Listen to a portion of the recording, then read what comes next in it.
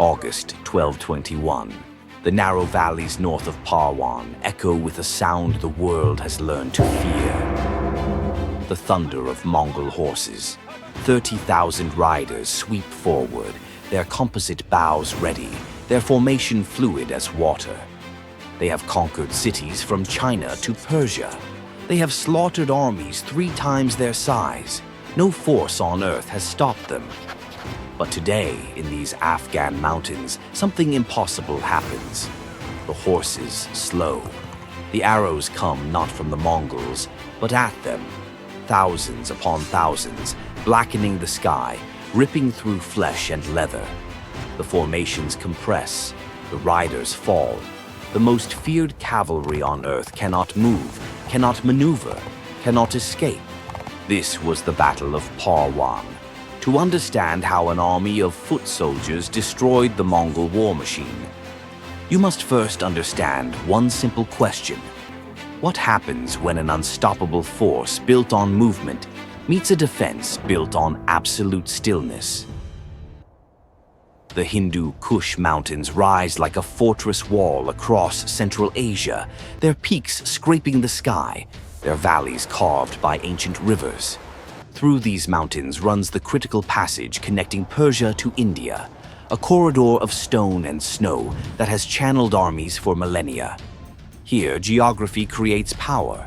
Whoever controls these passes controls the flow of trade, the movement of armies, the fate of empires.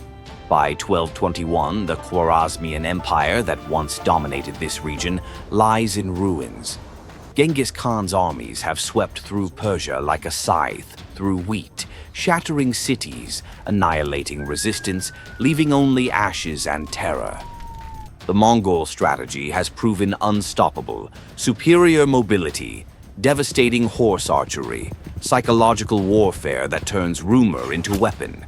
They arrive faster than expected, strike harder than believed possible, and vanish before counterattacks can form. Traditional armies, heavy cavalry, infantry formations, siege equipment have proven useless against this fluid violence. But in the mountains of Afghanistan, a prince named Jalal ad-Din Mingburnu has survived. He is the last heir of the destroyed Khwarazmian dynasty, a commander who has witnessed the annihilation of his father's empire, who has studied the pattern of Mongol victories, who has learned what others refuse to accept: that you cannot defeat the Mongols by fighting like them.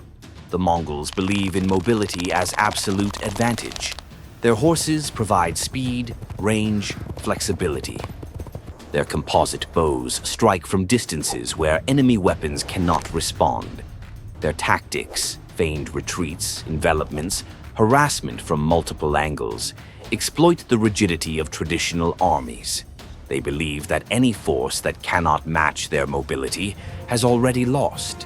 Jalal ad-Din believes something different. He believes that in certain terrain, mobility becomes liability, that horses need space, that the Mongol advantage depends on room to maneuver, to retreat, to reform. And in the narrow defiles north of Parwan, there is no room. For months, Jalal ad-Din has gathered forces, not the heavy cavalry his father favored, but foot archers from the Afghan tribes, men who know these mountains, who can shoot from elevation, who can hold position where horses cannot charge. 30,000 men, equipped not with swords for close combat, but with bows for distance killing. This is not an army built to conquer. It is an army built to survive through the destruction of cavalry. The pressure builds through the summer of 1221. Genghis Khan dispatches one of his most capable commanders, leading 30,000 Mongol cavalry, to destroy this last pocket of resistance. The orders are clear: eliminate Jalal ad-Din, secure the passes, complete the conquest.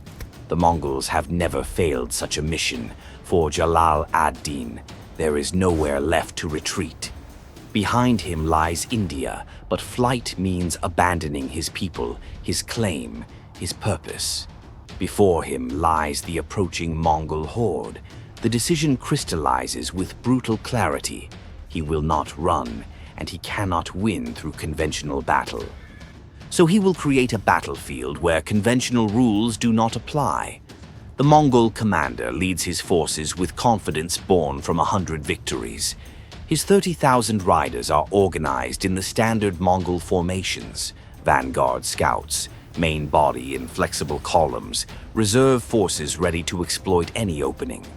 They carry the usual equipment: composite bows capable of penetrating armor at 200 paces, spare horses for each rider ensuring endless endurance, minimal armor for maximum speed.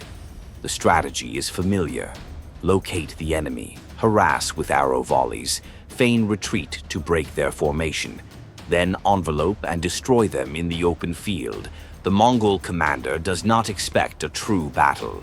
He expects another panicked enemy army attempting to defend an indefensible position, breaking under arrow fire, fleeing in chaos to be hunted down and slaughtered.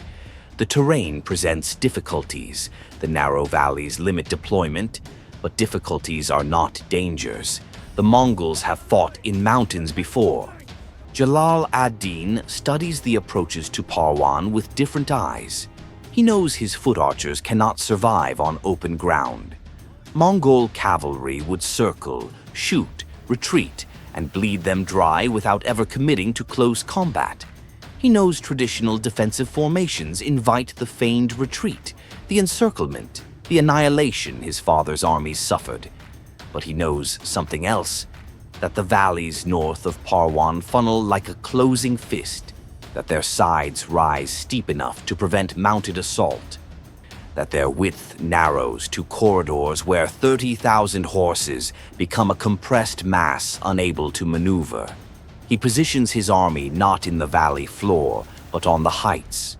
He divides his forces into layered positions: archers on the highest ridges overlooking the entire approach, additional units on intermediate slopes covering specific kill zones, final reserves positioned to seal any retreat path. He gives simple orders: do not engage until the enemy is committed. Do not waste arrows on scattered targets. Wait until the valley is full and the horses are trapped by their own numbers.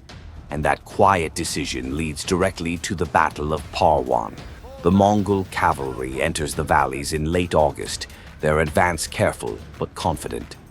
The sound of 30,000 horses moving as one creates a low thunder that rolls ahead of them.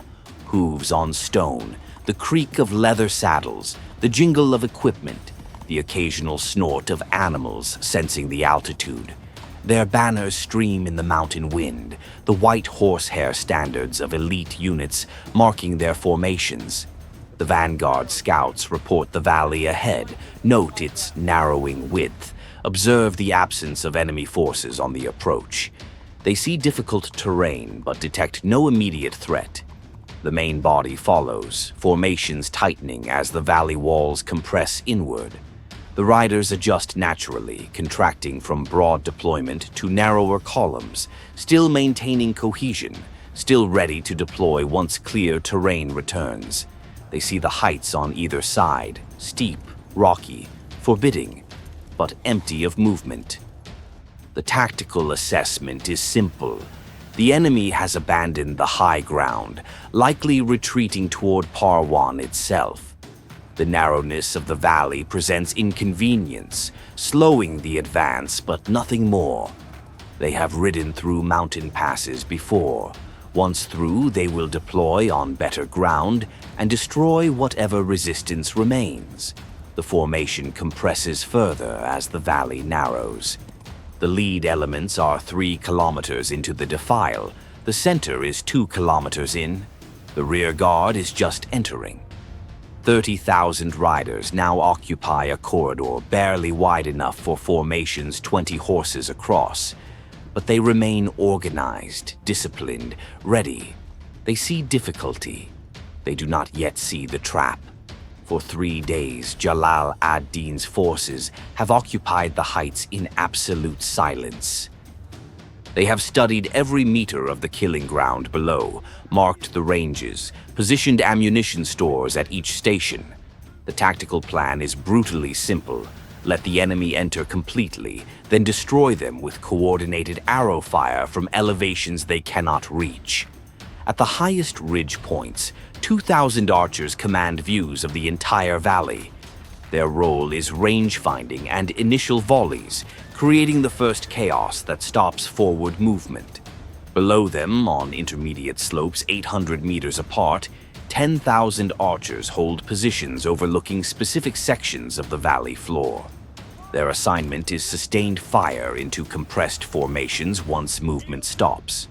Further along, at the narrowest point where the valley constricts to bare 200 meters width, 8,000 archers occupy both walls, positioned to create crossfire that makes retreat as deadly as advance. The final 10,000 hold the valley's far end, blocking any breakthrough attempt. Every position has clear fields of fire. Every archer knows his sector, his range, his signal to commence. The ammunition is staggering. Over 2 million arrows stockpiled across the positions, enough to maintain withering fire for hours. The orders are specific. First volleys target the horses, not the riders. Disable mobility. Create obstacles of fallen animals, transform organized cavalry into trapped infantry. The commanders watch the Mongol column entering below. They observe the formations tightening, the lead elements passing deeper into the trap, the middle and rear sections funneling in behind. They watch 30,000 horses compress into a space that can barely contain them, that offers no room for the sweeping maneuvers Mongol tactics require. Above them, the defenders wait. They know that once the rear guard enters the killing ground, the slaughter begins. The Mongol vanguard reaches the valley's narrowest point at midday. The width here contracts to barely 200 meters wall to wall, forcing the formation into columns of 20 riders across. The scouts ahead can see the valley opening beyond. Another kilometer and the terrain widens again. The assessment remains unchanged. Difficult passage, but nearly complete. Behind them, the main body extends back 3 kilometers, a long snake of cavalry compressed by geography. The riders can see the rocky slopes rising on both sides, can see the scattered boulders and scree, can see the empty heights. They see the tactical disadvantage of the terrain, no room to deploy, no space for flanking maneuvers, but they see no enemy to deploy against. The rear guard enters the valley mouth. 30,000 Mongol cavalry now occupy the killing ground completely. From the highest ridges, Jalal ad-Din's commanders watch. They see the lead elements still advancing confidently. They see the middle sections compressed but orderly. They see the rear guard clearing the valley entrance. They see the trap fully set. Only then does the attack begin. The first volley comes from the heights like a sudden black cloud, 2,000 arrows arcing downward at angles no horizontal fire could match. They fall not on the Mongol riders but on their horses, into backs, flanks, legs. The sound is terrible, the whistle of descending shafts, the meaty impact of iron-piercing flesh, the screaming of wounded animals. Horses collapse. Not all at once, but enough. Dozens, then hundreds, within seconds. The lead formation staggers as animals fall, their riders thrown, the organized column fragmenting into chaos. Movement forward stops. The center compresses as rear sections push into the suddenly halted vanguard. Then the intermediate positions open fire. 10,000 archers on the middle slopes unleash coordinated volleys into the compressed mass below. The arrows come in waves, 3 seconds apart, each wave dropping 2,000 shafts into formations packed too tightly to evade. The Mongols try to respond. Riders raise shields, attempt to return fire upward. But their composite bows, designed for horizontal shooting from moving horses, cannot match the angle or range of fire coming from 400 meters above. The horses suffer catastrophically. An animal hit in the flank rears, throwing its rider, colliding with neighboring mounts. A shaft through a leg causes collapse, creating an obstacle that trips others. Within minutes, hundreds of horses are down. thrashing in panic, blocking movement, creating barriers of screaming flesh. The riders, the most skilled cavalry on Earth, find themselves trapped by their own mounts. The Mongol commanders attempt standard responses. Units try to wheel outward, to create space, to deploy into firing lines. But there is no space. The valley walls press in. The fallen horses block movement. The attempted maneuvers only create more compression, more targets for the arrows that keep falling, without pause. Some riders dismount, trying to fight as infantry. But Mongol warriors train for mounted combat. Their leather armor is light, designed for mobility on horseback, not for standing against sustained arrow fire. They carry bows, not shields large enough for protection from above. Those who dismount become stationary targets, pinned against the valley walls, unable to return effective fire, unable to advance or retreat through the mass of panicking horses. The sound becomes overwhelming. The screaming of wounded animals echoes off the stone walls, amplified into a roar. Officers shout commands that cannot be heard over the chaos. The whistle of arrows mixes with the crash of falling horses, the cries of injured men, the grinding of thousands of hooves on stone as animals try desperately to flee but have nowhere to go. At the valley's narrowest point, 8,000 archers create crossfire that turns the corridor into a killing box. Riders entering this section face volleys from both sides simultaneously. Shields can block one angle, but not both. Those who raise shields against the right slope expose themselves to fire from the left. Those who attempt to ride through take arrows from both directions. The casualties here are worst. Horses shot from multiple angles, riders hit from sides they cannot defend, entire units compressed into spaces where movement means death, and stillness means the same. The rear sections, realizing the catastrophe, attempt retreat, but the valley behind them narrows just as severely as the valley ahead. The formations trying to push backward collide with formations still pushing forward, unaware of the disaster at the front. The mass compresses further. Horses trapped in the middle literally cannot move, pressed shoulder to shoulder, unable to turn, unable to fall even when hit, because neighboring animals hold them upright. A Mongol commander attempts to lead a breakout assault up the slopes, hoping to reach the archers and silence them.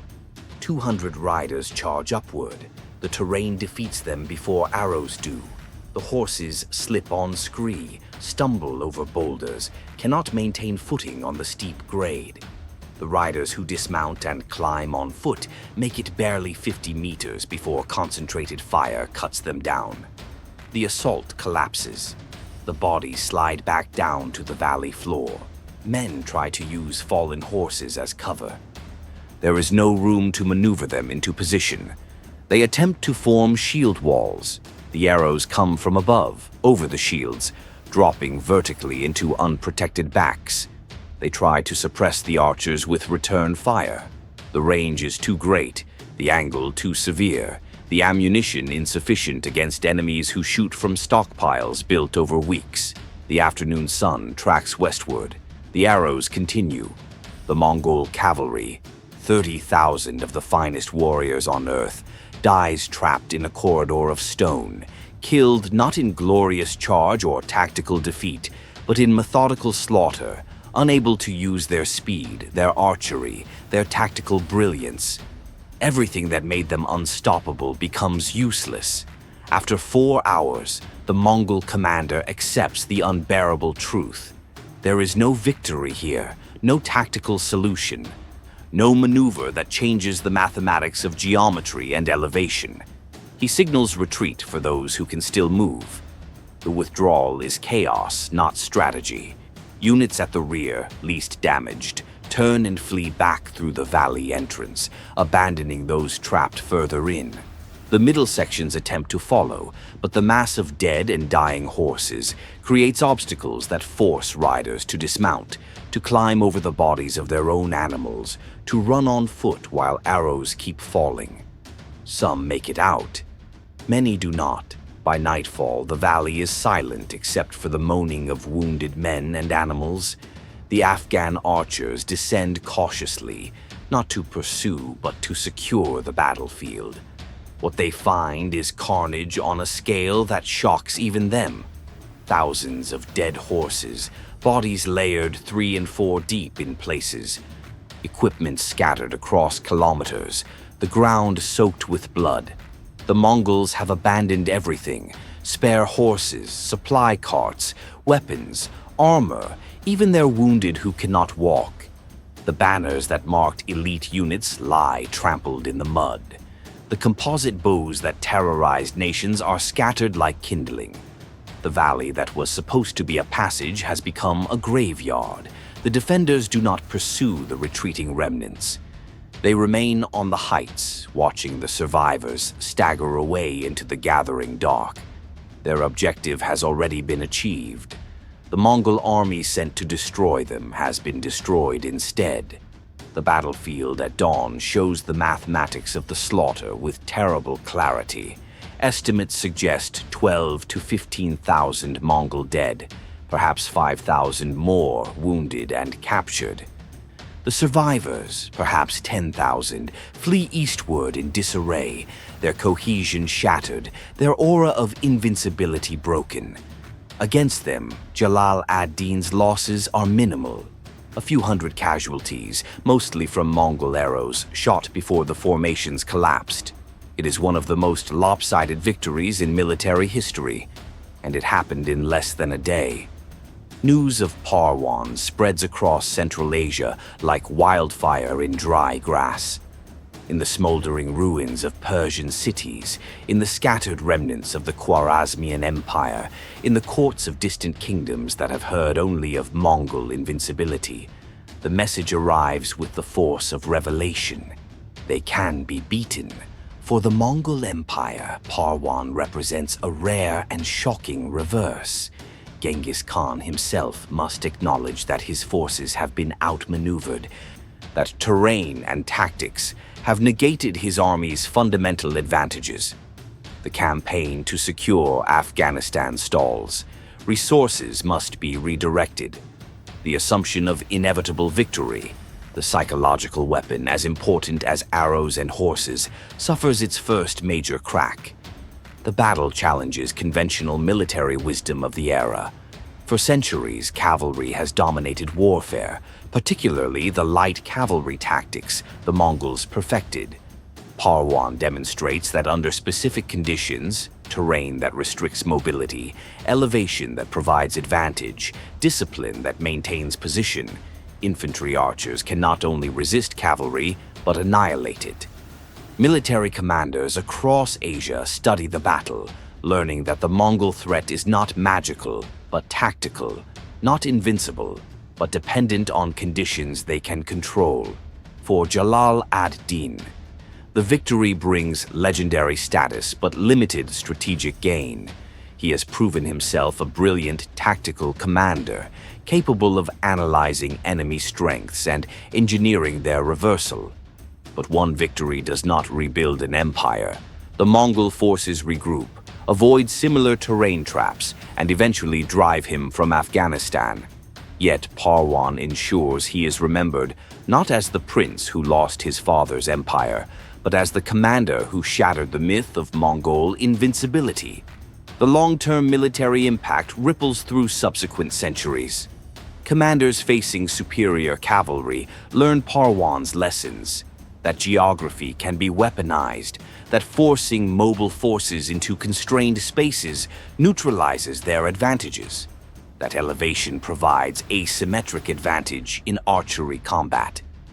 The Swiss pike formations that later dominate European battlefields, the English longbowmen at Agincourt using terrain to channel French cavalry, the countless siege defenses that hold high ground against mounted assault, all echo Parwan's fundamental principle that superior mobility means nothing without room to maneuver. For the regional politics of Central Asia, Parwan represents the last significant resistance to Mongol expansion in the region. Though Jalal ad-Din eventually falls, his victory at Parwan buys time, creates space for populations to flee, demonstrates that resistance is possible. The battle does not stop the Mongol conquest, but it shapes how that conquest proceeds, more carefully, with greater respect for terrain, without the absolute confidence that preceded Parwan. Today, the valley north of Parwan looks much as it did in August 1221. The stone walls rise steep and indifferent. The river still flows through the narrow corridor. Nothing marks the place where 30,000 Mongol cavalry met disaster, except the silence of high places and the memory of what terrain can do to even the most fearsome army. The Battle of Parwan is remembered not for the commanders involved or the political consequences, but for what it proves: that advantage is contextual, not absolute. That strengths become weaknesses when context changes. That the most powerful force in the world, mobile, flexible, devastatingly effective in open terrain, can be rendered helpless by geography that removes the space it requires. It proves that victory belongs not to the strongest or fastest, but to those who understand the specific conditions of their battlefield and engineer tactics that exploit those conditions absolutely. Jalal ad-Din did not have better warriors than the Mongols. He had better understanding of the ground beneath their feet, and it proves that sometimes survival requires abandoning what worked elsewhere and accepting what works here. That the tactics, strategies, and approaches that brought success in different circumstances may guarantee failure in new contexts. That adaptation is not weakness, but the highest form of strategic intelligence. The lessons extend beyond military history into any competitive domain. That creating the right conditions matters more than superior resources. That forcing opponents into environments where their advantages cannot function defeats them more thoroughly than meeting their strength with strength. That understanding context, truly, deeply understanding the specific circumstances of engagement, provides leverage that overcomes raw power. The Battle of Parwan is not the story of infantry defeating cavalry or underdogs triumphing through courage. It is the story of intelligence weaponizing geography, of leaders who refused to fight the enemy's battle and forced the enemy to fight theirs instead. Of the eternal truth that power without room to exercise it is not power at all, and that is why it still matters.